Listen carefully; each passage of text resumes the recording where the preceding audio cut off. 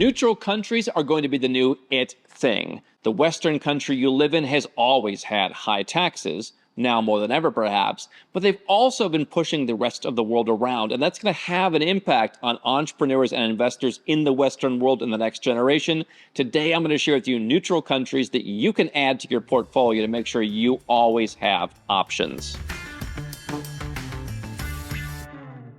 This is not about moving to a BRICS country. It's not about going to Russia or Somalia or any of the places that people say you should go if you don't like the United States. What we're actually going to talk about is where you can go to avoid black swan events, where you can avoid global chaos and wars, and where you can make sure that you, your business, and your money are safe when your country goes around the world sanctioning other blocks of countries that are increasingly doing a lot of business with each other. And there's a couple different ways that you can look at this. There are countries that are simply officially neutral. You can just look these countries up. Hey, we've decided that we are neutral, and it's right on the tin. So let's go through some of those. There are options in Europe. These are not all far-flung islands and rogue regimes. You can look as close as countries like Andorra and Monaco. What you often see with more neutral countries is they are often tax-friendly. Now, you're not going to necessarily find zero tax in Europe. Even in Monaco, if you run a business, it's messy, right? The tax system there is not as zero tax as people might think. But these are places where you can go and pay very reasonable amounts of tax, have more streamlined taxes in many cases. Now, Andorra is sandwiched between Spain and France, so they're not neutral. Monaco is right next to France, again, not neutral. So that could be somewhat problematic. But those countries themselves are neutral. Now, is living in a 1 square kilometer country going to protect you when something bad is happening next door? Maybe not. In some ways it could. But let's go look at some larger countries that are neutral. Austria, for example, not a member of NATO. Switzerland, not a member of NATO, not a member of the European Union. Those countries have more heft. And of course, in between them is Liechtenstein, similar to Andorra and Monaco. They pretty much mind their own business. What you're looking for is you want a country that minds its own business and doesn't go around the world pissing other countries off.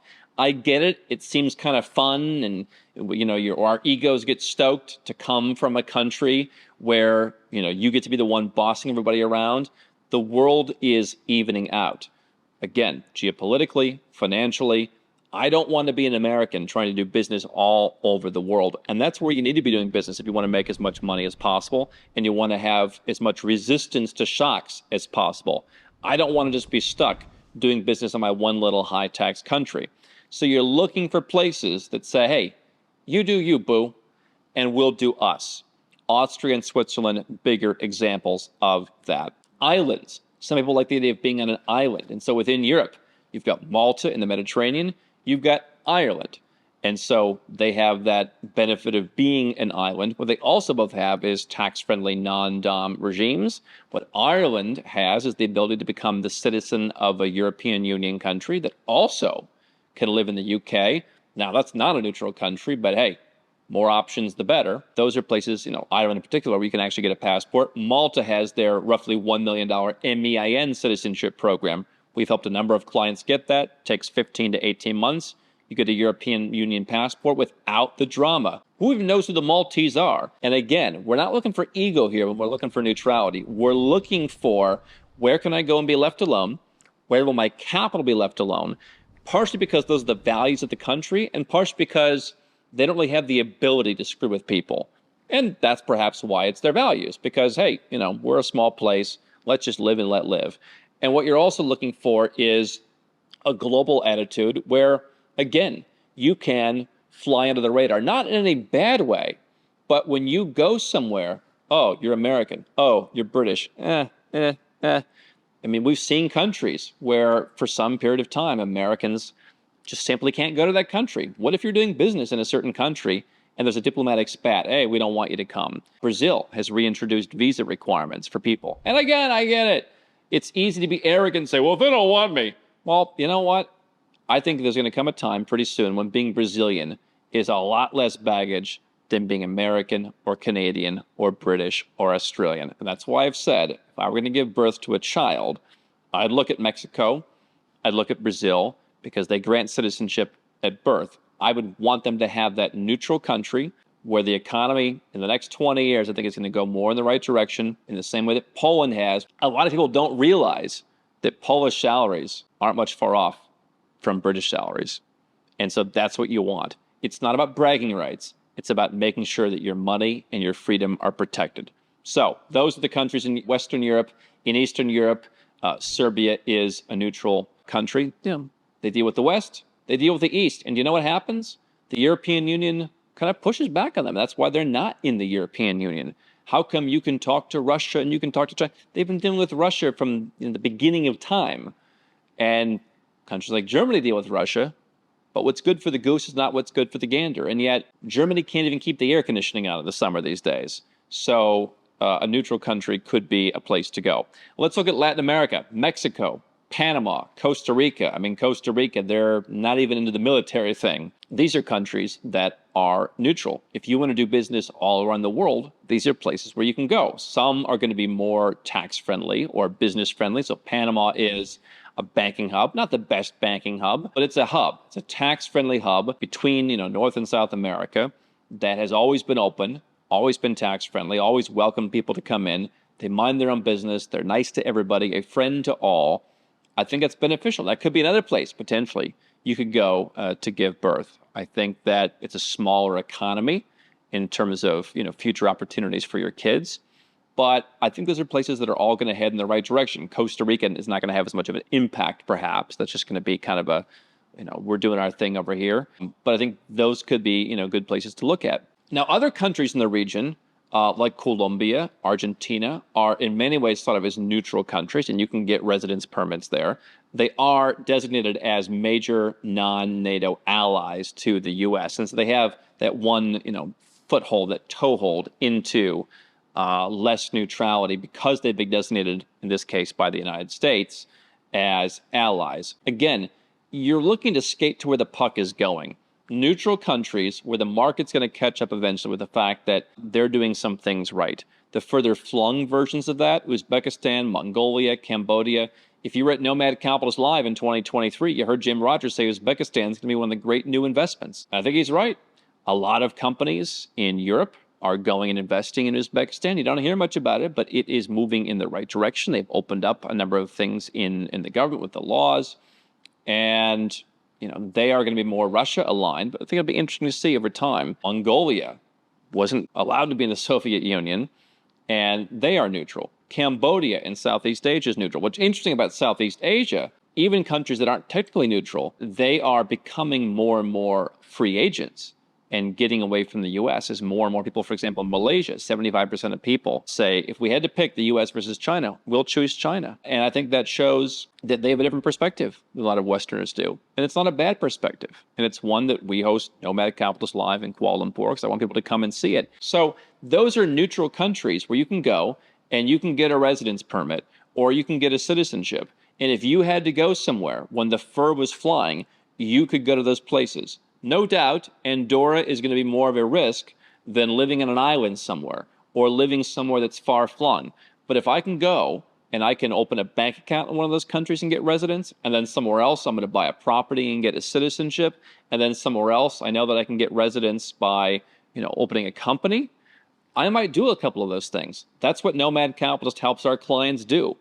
We started helping people legally reduce their taxes, and we still do that. If you're a 7 or 8-figure earner, you're paying a boatload of taxes to live in a non-neutral country where you could have increasing geopolitical issues. I'm not saying it's happening tomorrow, but I'm saying in the next generation, I think the great wealth will be created in these neutral countries or in the BRICS countries. I think it's not going to be created in the West. Every piece of data suggests that. And so you want to have alternatives. We'll help you move if you want to move to lower your taxes. But if you just want a plan B, C, D for your family, we do a lot more of that now as well.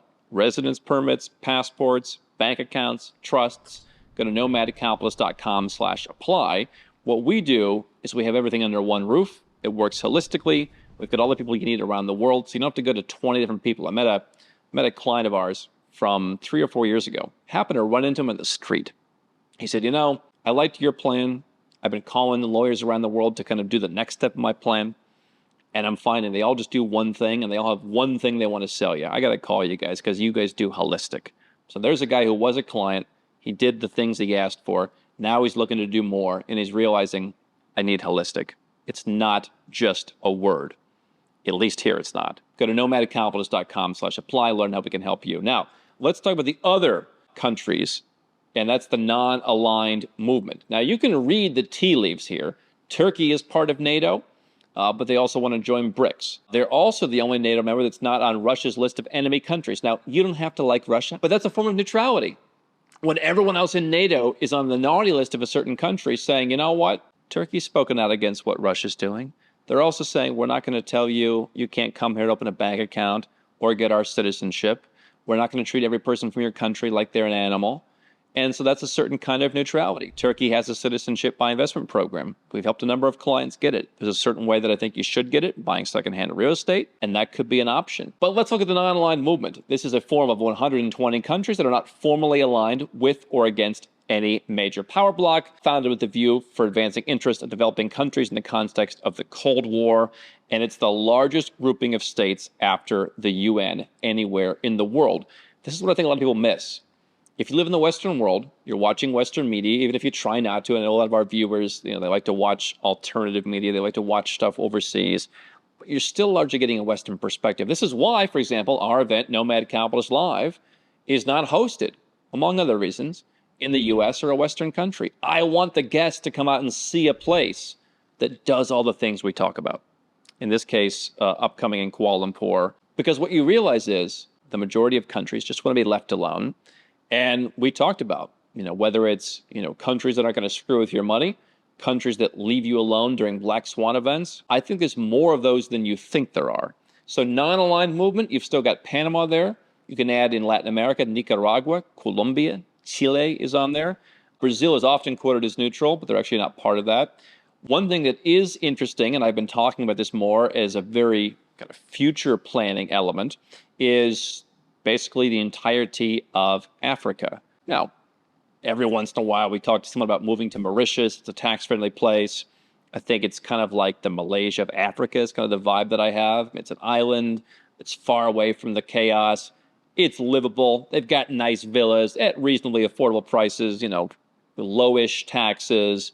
Potentially you can work towards a passport in relatively short order. And by the way, their passport is one of the few that can go to Europe and Russia and China and the UK. Like, they're friends of all. And that means they don't get discriminated against when they travel or go and do business. But outside of some places like that, I'm not saying you should move to Africa unless you want to. What I am saying is Africa may be a more interesting place to at least have the option to move to in the future. I was talking to a guy, I said, yeah, I live in Zanzibar.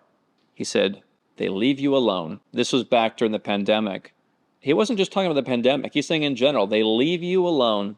Nobody's bothering you. And so we are seeing a growing middle class in Africa. It's something that I'm studying for the last couple of years. I'm reading a lot of books about this, following a lot of things, talking to a lot of people. We had one of our big speakers at Nomad Capitalist Live last year was from South Africa, talked about that region in Southern Africa and what's happening there. It's not all good, but some things good are happening. And so the non-aligned movement in Africa, yeah, what have we been telling you? If you look at the headlines, there was a coup. They coined the phrase the coup belt, primarily in kind of Western Africa. What are they doing? They're pushing back on Western influence. They're pushing back on the fact that in some of those Francophone Africa countries, France basically still controls the economy. We're sick of it. Now, are the methods correct? Probably not. But there's a sentiment. So what you're seeing is African countries increasingly want to do their own thing. Some of them are going to do their own thing. It's not going to work out well. But you are seeing more of a middle class, and it's a place to have a toehold. And so if you can get a bank account in Mauritius or a residence permit in Mauritius or a citizenship in Egypt or any number of other things that we're working on, we're looking at a number of countries right now with our research and development team. We've got people who literally all they do is build relationships and figure out where the opportunities are that aren't widely discussed. We've got 7 different people doing that now. And Africa is a focus. Not because you should move there or move all your money there, but 54 countries in Africa, 120 in the non-aligned movement. I mean, that's almost half the block. That's going to be a place in a world where neutrality matters that's worth having. And I'm not saying it's going to pay off tomorrow. I'm saying if you can do that in a neutral way for yourself, where it's not going to impact a banking relationship, or it's not going to impact a business relationship. It's not going to get in your way somehow. If it's just a neutral add-on, a plan E. And so the so-called global south, the Gulf, that's more livable now. So I was recently in Qatar. I was recently in Oman. Some of the kindest people you will ever meet are in Oman. I don't know that it would be the most exciting place to live, but it is the second largest country in that region, so you've got a bit more space. They've been a friend to all. I was talking to a number of different Omanis, talking about how they've brokered peace deals. That region is increasingly becoming a neutral power player in geopolitics. And that's interesting. From Qatar to Oman, even Saudi Arabia is doing more. And they have residence programs. Saudi Arabia has a permanent residence program. The UAE, of course, has numerous options. Oman has an investment residence. Bahrain, one of the more liberal countries in that region, has an investment residence. We've talked about that before. Tax-friendly. Southeast Asia, another area. Tax-friendly countries like Malaysia, kind of sort of these days, Thailand, the Philippines. And so what you're seeing from these places is also a greater permission slip to say, we can be more neutral. We don't have to go along with everything the U.S. says. We can do some business with China. We can do some business regionally. So you have the GCC in the Gulf, ASEAN in Southeast Asia. You're seeing more of these blocks. Even in the Americas, the Dominican Republic is not aligned. Belize is English-speaking and not aligned. Both of those tax-friendly countries, both of those with residence programs. The Dominican Republic has a path to citizenship. That's actually not a bad citizenship if your goal is to travel largely in Latin America, Central and South America. And so my suggestion for years has been, yes, if you have ancestors from Slovakia, call us and we'll help you get your Slovak passport for you and your family. Just talking to a friend of mine today, we helped him get his Italian passport for him and his kids. His dad just got his passport. It takes a while.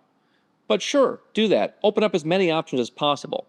But realize neutrality and neutral countries will be valuable to have in your portfolio to make sure that when the Western countries lose their total grip on power, and the Gulf, and Southeast Asia, and the Caribbean, and South America feel more comfortable saying, we're going to work more with China, we're going to work more with Russia, we're going to work more with Saudi Arabia, we're going to work more with each other and form our own blocs, and the West shrinks and shrinks, and their economies are coming down in the rankings. We've talked about this for years. Do you want to be stuck in a place that is basically the afterthought of yesteryear? No, you want to have options. Go to nomadcapitalist.com/apply. We'd be happy to help you work through all these many things. There's hundreds, thousands, tens of thousands of permutations you could look at here. But the key, the one thing, is you want neutrality in your life. You don't want to be the guy with the passport that's out of vogue in the places you need to be.